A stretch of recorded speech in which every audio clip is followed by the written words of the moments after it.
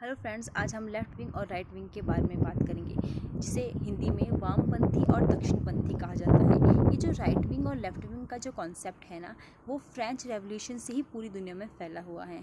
साल था 1789, जब फ्रेंच रेवोल्यूशन चल रहा था। तो वहाँ पे ना एक नेशनल असेंबली हुई। तो सेंटर में राजा बैठा और राजा के जो राइट में बैठे थे वो लोग बैठे थे जो राजतंत्र के सपोर्टर थे, और लेफ़्ट में वो लोग बैठे थे जो लोकतंत्र के सपोर्टर थे। अब जो लेफ़्ट में वो लोग थे जिनकी स्थिति राजतंत्र में अच्छी नहीं थी, जैसे कि गरीब लोग हो गए, आम जनता हो गई।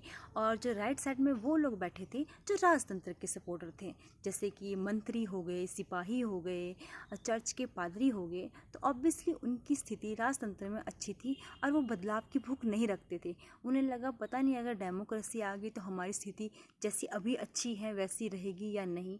तो आपको पता है ना कि बदलाव की भूख हमेशा उनमें होती है जिनकी स्थिति अच्छी नहीं होती। तो खैर, ये जो कॉन्सेप्ट है क्या बोलते दक्षिणपंथी या वामपंथी का, फ्रांस से दुनिया में फैला, और दुनिया के इंटेलेक्चुअल ने उन्हें अपनी स्थिति अपने देश की स्थितियों के हिसाब से चेंज कर दिया। जैसे हम अमेरिका का एग्जांपल लें तो अमेरिका में उस वक्त वो रंग भेद की नीति चल रही थी। तो वहाँ पे राइटिस उन लोगों को कहा गया जो मतलब रंग भेद के समर्थक थे, जो चाहते थे कि जैसा है वैसा ही चला रहे, गोरा काला चलता रहे। और लेफ्ट में वो आगे जो रंग भेद के विरोधी थे, जैसे कि जो चाहते थे कि ये गोरा काला ख़त्म हो जाए। अगर यही कॉन्सेप्ट जब इंडिया में आया, तो जैसे कि आपको पता है कि इंडिया में धर्म, कास्ट वगैरह चल रही थी, तो राइट में कौन आगे? राइट में आगे वो लोग जो धर्म और कास्ट के सपोर्टर हैं। जैसे आप कह सकते हो मुस्लिम लीग हो गई, हिंदू महासभा हो गई, तो वो हो गए राइट विंग के। और लेफ़्ट विंग में वो लोग हो गए जो धर्म, कास्ट के विरोधी हैं। जैसे कि आप कह सकते हो ज्योतिबा फुले होगी, अम्बेडकर हो गए। मतलब लेफ़्ट में हमेशा वो होंगे जो बदलाव की भूख रखते हैं, और राइट में वो होंगे जो जैसी स्थिति है वैसी ही रहने देना चाहते, जो बदलाव की भूख नहीं रहते। जैसे कि आप फेमिनिज़म का एग्जांपल ले लो, तो लेफ़्ट में वो होंगे जो चाहते हैं कि औरतों की स्थिति में बदलाव हो, औरतें आगे बढ़े।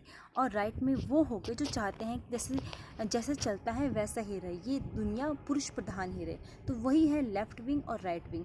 एक इसमें कॉन्सेप्ट है, जैसे कि एक आता है कि extremist rightist and extremist leftist. देखिए क्या होता है ना, जब भी कोई व्यक्ति हो गया, कोई भी पार्टी हो गई, अपने विचार को बहुत ज़्यादा मान्यता दे दे।